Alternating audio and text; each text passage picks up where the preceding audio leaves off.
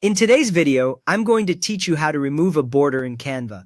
This will help you quickly clean up a design when a frame or outline is no longer needed and you want a simpler look. Now, if the border is a separate element in your Canva design, the first thing you need to do is click the border to select it. Move your mouse over the edge of your design until the cursor highlights that border. You will know it is selected when you see a colored outline appear around the border itself, along with small handles at the corners and sometimes along the sides. These handles look like little circles or squares, and they mean Canva is ready for you to edit or remove that border. Take a second to make sure only the border is selected, not the image or text inside it. If you accidentally select the wrong thing, just click on an empty area of the canvas, then try again more carefully on the border line. Once you can see that outline and the handles, you are in the right spot to remove it. A common beginner mistake is clicking inside a photo or text box instead of on the thin border edge, so watch where your cursor sits before you click.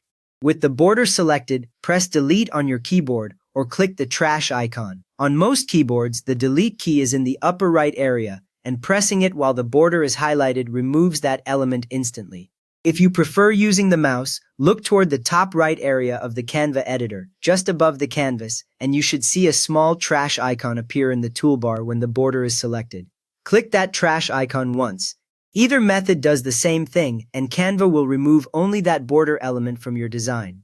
You will see it disappear right away, and the content that was inside the border will remain in place, just without the outline around it. There is no extra save button for this change. Canva updates your design automatically as soon as the border is deleted. If you delete it by mistake, you can still use the undo button at the top to bring it back, but you will not need any extra confirmation windows for this simple removal.